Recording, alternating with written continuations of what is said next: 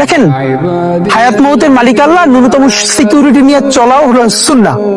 কিন্তু আমাদের লড়াইটা হলো, আমার মা স্বাভাবিকভাবেই কান্নাকাটি করেন, আমার পরিবার সবাই। তো আমি আমার মাকে বলেছি যে দেখো, মানে আমরা যে লড়াই নেমেছি, আমার একটা মনে হয় কি, কোন রাজনীতিবিদের না বাসায় মৃত্যুটা হইতে পারে না, এটা কোনো ভালো মৃত্যু না। যিনি রাজনীতি করেন, যিনি লড়াই করেন, যিনি বিপ্লবী, যিনি সংগ্রামী, তার মৃত্যুটা হবে একটা সংগ্রামের মধ্যে দিয়ে, একটা রাজপথে, একটা গ্লোরির মৃত্যু।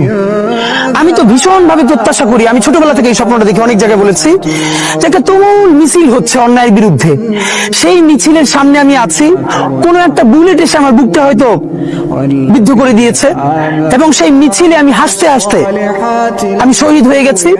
এবং সবাই যখন মৃত্যুটাকে ভীষণ ভয় পায়, আমি তখন হাসতে হাসতে আল্লাহর কাছে ভীষণ সন্তুষ্টি নিয়ে পৌঁছতে চাই, যে আমি একটা ন্যূনতম ওই জীবনটা লিড করতে পারলাম, যে আমি একটা ইনসাফের হাসি নিয়ে আমি আমার আল্লাহর কাছে পৌঁছতে চাই।